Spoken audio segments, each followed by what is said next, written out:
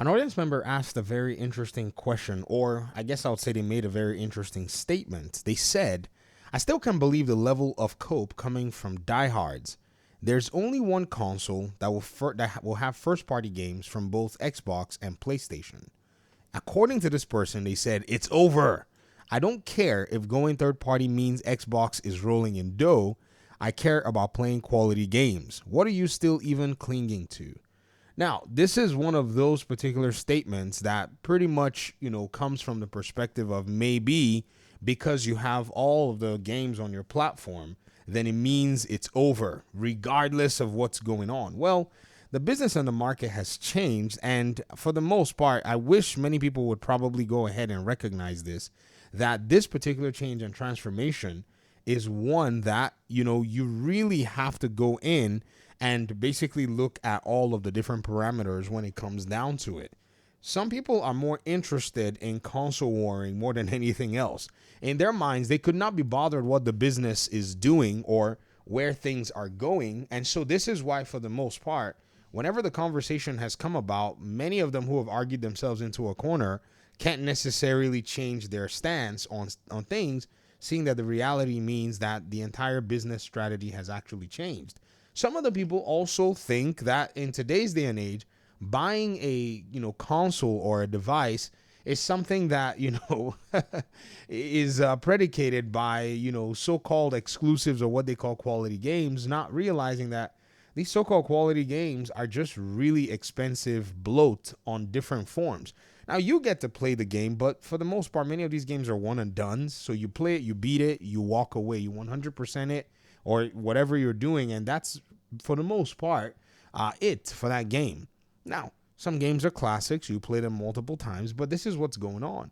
When the studios finish making these games, these development publishers or whatever it is, eventually start looking for ways to maximize their cost, eventually start looking for ways for them basically to be able to go out there and make more money. So they start laying off people or reducing workforce or, in some sense, starting to cut all kinds of interesting costs in order for them to be able to recoup their investment. So the talk about quality games actually brings us to a very important, conversation. PlayStation has gone ahead and shifted 60% of its budget to live service games, right? So if you guys remember, there was this particular move that PlayStation announced to its investors. It said that 60% of its games were going to 60% of its budget were going to basically go ahead and be dedicated towards live service games. This was actually very interesting because previously it was 88% that was actually dedicated to traditional games. And so as this shift has been coming, we already kind of, knew and saw that PlayStation was going to be taking this particular direction. Now, with all of the cancellations of all of these games, what is PlayStation going to do? Are they going to still go ahead and keep that particular paradigm, or are they now basically going in with the games that they already have, or are they going to go back and revert to moving their budget back to the traditional single player games? This is where they basically have a very interesting proposition in front of them. Also, when you think about it, the live service mania is still there, whether or not whether or not PlayStation makes live service games or single player games. The established live service games are still here to continue to take and suck time away from players. Matt Piscatella was just on a kind of funny podcast where he put out some data out there and was talking about the players that would play some of these games and some of the challenges that these games are facing, like even Fortnite itself. And I thought it was actually very interesting because at the end of the day, with all of this talk about people saying they want to play quality games and such, you have to understand that quality games cost money.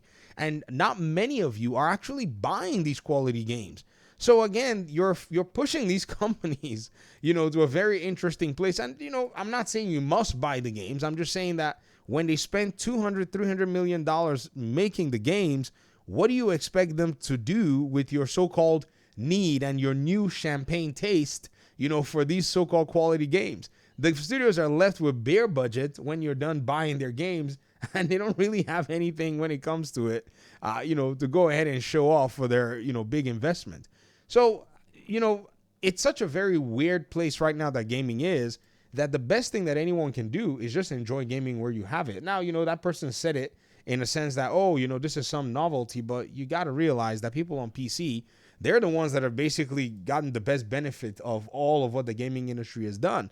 Going to an ecosystem that is open, that is renegade, that pretty much has called into question a lot of what consoles have been doing, in the past few years, and exposing that gamers pretty much prefer to have value giving to them more than anything else. But it is what it is, though. I'm just watching to see how people's reactions are going, at the end of the day. But,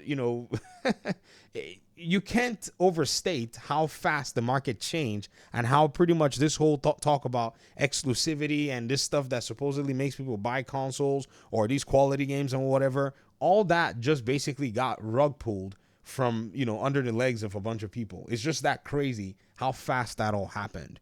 But let me hear your thoughts in the comment section. Thanks so much for watching the video. I appreciate you guys' time and audience, and hopefully we'll talk pretty soon in another one. Peace out.